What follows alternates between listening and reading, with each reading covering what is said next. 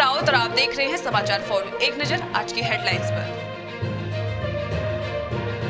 उत्तराखंड आपदा पर सीएम धामी ने पीएम मोदी और अमित शाह को किया धन्यवाद। प्रधानमंत्री जल्द करेंगे प्रभावित क्षेत्रों का दौरा, केंद्र की टीम कर रही नुकसान का आकलन। उत्तराखंड में 15,000 से अधिक शिक्षकों की नौकरी पर संकट, टीईटी अनिवार्यता के खिलाफ आंदोलन तेज। कांग्रेस नेता हरीश रावत ने शिक्षकों के समर्थन में उठाई आवाज, राज्य सरकार से सुप्रीम कोर्ट में पैरवी की मांग। डीएम सविन बंसल ने देहरादून में डे केयर सेंटर का किया निरीक्षण, आंगनबाड़ी सेवाओं को और मजबूत बनाने के दिए निर्देश। धारचूला में यूपीसीएल अधिकारी पर ग्राम प्रधान का अभद्रता का आरोप, ग्रामीणों ने किया जोरदार प्रदर्शन। ग्राम प्रधान ने मुख्यमंत्री को भेजा पत्र, कड़ी कार्रवाई की मांग। अब खबरें विस्तार से। 2027 का विधानसभा चुनाव नजदीक है। काशीपुर में आयोजित एक कार्यक्रम के दौरान भाजपा सरकार ने स्पष्ट कर दिया है कि आगामी चुनाव मुख्यमंत्री पुष्कर सिंह धामी के नेतृत्व में लड़ा जाएगा। कार्यक्रम में धामी सरकार के कार्यकाल की सराहना करते हुए उनके द्वारा लिए गए फैसलों को सुसंगत, दूरदर्शी और जनहितैषी बताया गया। उत्तराखंड की जनता ने हमेशा हम लोगों को आदरणीय प्रधानमंत्री जी के नेतृत्व में अपना भरपूर आशीर्वाद और समर्थन दिया है। चाहे लोकसभा का चुनाव हो, विधानसभा के चुनाव हो, नगर निगम, नगर पालिकाओं के चुनाव हो, नगर पंचायतों के, या अभी अभी हाल ही में संपन्न हुए हमारे त्रिस्तरीय पंचायत के चुनाव हो। जनता की अपेक्षाओं पर खरा उतरना, समाज के अंतिम छोर तक हमारा विकास पहुंचे, शासन पहुंचे, प्रशासन पहुंचे, हमारी नीतियां पहुंचे, ये हमारा लक्ष्य है। उसको लेकर हम लगातार काम कर रहे हैं। हमारा संकल्प है कि उत्तराखंड हिंदुस्तान का श्रेष्ठ राज्य बने, और उस संकल्प को आगे बढ़ाने के लिए रात दिन काम कर रहे हैं। इस समय पूरा राज्य हमारा आपदा ग्रस्त है, और ऐसे समय में हम हर एक आपदा में जो ग्रसित हैं, जो पीड़ित हैं, उनके दुख में उनके साथ हैं। हमारा पूरा प्रयास है कि उनका जनजीवन पहले की तरह हो।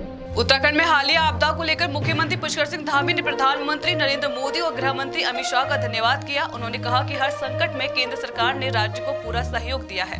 देखिए, तो भारत सरकार के स्तर पर आदरणीय प्रधानमंत्री जी का, आदरणीय गृह मंत्री जी का मैं बहुत धन्यवाद करता हूँ उत्तराखंड की जनता की तरफ से, कि जब भी हमारे यहाँ पर कोई भी ऐसी आपदा आई है, उन्होंने हमेशा बढ़ चढ़ कर हमारे राज्य का सहयोग भी किया है, हमको सहायता भी की है, हर प्रकार से हमारा मनोबल भी बढ़ाया है।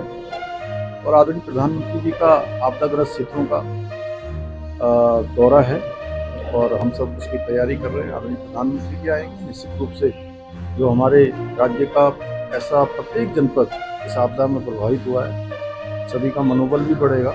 और निश्चित रूप से केंद्र की टीम भी पहले ही आ गई है, वो टीम यहाँ का पूरा सर्वे कर रही है, आकलन करके। सुप्रीम कोर्ट के आदेश से उत्तराखंड में 15,000 से ज्यादा शिक्षकों की नौकरी खतरे में है। कोर्ट ने 2011 से पहले नियुक्त शिक्षकों के लिए टीईटी अनिवार्य कर दिया है, जिसके विरोध में शिक्षक संघ आंदोलन की तैयारी में है। कांग्रेस नेता हरीश रावत शिक्षकों के समर्थन में उतरे और कहा कि 15-20 साल से पढ़ा रहे शिक्षकों के लिए अब टीईटी देना अनुचित है। ये कहना कि अब वो आज टीईटी कर रहे हैं, वर्षों पहले उन्होंने एजुकेशन ली और आज टीचर्स एलिजिबिलिटी टेस्ट पास करे, वो बहुत कठिन काम है। और राज्यों को चाहिए ठीक तरीके से जो है अपना केस रखे, और ताकि आगे के लिए एलिजिबिलिटी टेस्ट लागू हो। या अभी जो लोग बैचेज आए हैं 4-6 साल पहले, वो एलिजिबिलिटी टेस्ट पास कर सकते हैं, लेकिन 20 साल 15 साल जिनको हो गए हैं, तो उनके लिए एलिजिबिलिटी टेस्ट पास करना जो है, टीटी पास करना कठिन काम है। जिलाधिकारी देहरादून सविन बंसल ने सर्वे चौक स्थित डे केयर सेंटर का निरीक्षण किया। उन्होंने बताया कि आंगनबाड़ी सेवाओं को मजबूत करने के लिए लगातार प्रयास जारी है। सर्वे चौक का सेंटर अब क्रेच और आंगनबाड़ी दोनों रूप में विकसित किया गया है। 58 अपने जो आंगनबाड़ी सेंटर्स हैं जिले में, उनको वेल इक्विप किया था एक स्पेशल इनिशिएटिव के तहत, जिसमें स्पेशल बाला फर्नीचर, हमारी जो एम्बियंस हैं वो बच्चों के अनुरूप, डिफरेंट टाइप की लर्निंग एक्टिविटीज़ के पेंटिंग्स, सारे आंगनबाड़ी सेंटर्स में टीवीज़, डिजिटल कंटेंट, और जहाँ जहाँ पे कोई बिजली के कनेक्शंस नहीं थे वहाँ पे बिजली के कनेक्शंस, एलपीजी कनेक्शंस, और बच्चों के लिए एक स्पेशल लाइब्रेरी कॉर्नर, इस तरह की सारी चीज़ें 58 सेंटर्स में की गई थी। तो जब वहाँ से रिस्पांस अच्छा मिला, वहाँ पे बच्चों की संख्या बढ़ने लगी, तो इस साल भी हमने 150 आंगनवाड़ी केंद्र इसी पैटर्न पर लिए गए हैं। धारचूला देहात के ग्राम प्रधान नर्मदा रावल ने मुख्यमंत्री को पत्र भेजकर यूपीसीएल की अधिशासी अभियंता पर अभद्र व्यवहार और आपत्तिजनक भाषा के इस्तेमाल का आरोप लगाया है। मुझसे बात करने का तमीज होना चाहिए सर। मेरी बात सुनिए मैडम, आपने मेरे कार्यालय में आके मेरे एसडीओ से ये कहा कि अगर आपने मेरे गांव में कोई कार्रवाई की है तो आप मेरे संज्ञान में क्यों नहीं लाए। मैंने कहा मेरी बात सुन लीजिए, तो इनकी ड्यूटी नहीं बनती है कि मेरी बात सुन लीजिए, मेरी बात सुन लीजिए, उनकी ड्यूटी नहीं बनती है कि साइट में अगर वो कोई भी काम करे डिपार्टमेंट वो आपके संज्ञान में लाए। हर चीज बताने के वो नहीं बनती है, ये मैं मानती हूँ। सुन लीजिए, ये ड्यूटी मेरी नहीं बनती है। लेकिन पहले मैं आज अपने क्षेत्र की कोई समस्या लेके अपने जनता के साथ यूपीसीएल में गई हुई थी। तो जो मेरे धारचूला देहात का जो बिजली से संबंधित कोई समस्याएं जन समस्याएं थी उसके मैटर में मैंने बात किया गया। लेकिन जो यूपीसीएल के एक्शन साहब है उनका व्यवहार मतलब इतना अभद्रतापूर्ण है कि मैं एक महिला होने के नाते न मेरे साथ कोई ढंग से बात की गई और न उस समस्या का समाधान किया गया। और उल्टा मुझसे मतलब वो कह रहे हैं कि मतलब तुमने बात ढंग से नहीं करी। और एक महिला होने के नाते वो एक कर्मचारी हैं, एक्शन है यहाँ के, मैं एक जनता की चुनी हुई प्रतिनिधि हूँ पूरे क्षेत्र की, तो उनका मैटर लेके अगर उनके विभाग में मैं ना जाऊँ तो कौन जाएगा।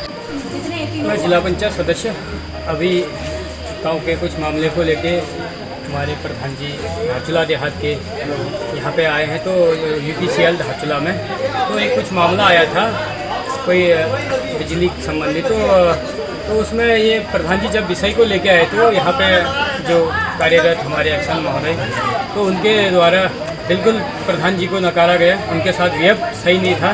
तो जब एक ग्राम प्रधान के साथ ऐसा व्यवहार रखा जाता है तो अन्य मामला ठीक है, वो अपने जो मामले को सॉर्ट आउट अपने नियमों के आधार पर ही करेंगे, ये हम भी मानते हैं। जब व्यक्ति कोई भी ग्राम प्रधान यानी कि प्रतिनिधि किसी मामले को लेके क्षेत्र आता है ऑफिशियली, उनको ये जानकारी दी जानी चाहिए। तो बिल्कुल अधिकारी के द्वारा ये कहा गया कि हम आपको जानकारी नहीं दे सकते हैं। उत्तराखंड हाईकोर्ट ने बाल तस्करी से जुड़े मामलों के त्वरित निस्तारण के निर्देश दिए हैं। रजिस्ट्रार जनरल योगेश कुमार गुप्ता ने सभी जिला एवं सत्र न्यायाधीशों को आदेश दिया है कि ऐसे मामलों का निपटारा 6 महीनों के भीतर किया जाए। यह आदेश सुप्रीम कोर्ट के 15 अप्रैल 2025 के फैसले के तहत दिया गया है। इस बुलेटिन में फिलहाल इतना ही। उत्तराखंड की तमाम बड़ी खबरों से जुड़े रहने के लिए देखते रहिए समाचार फॉर यू। नमस्कार।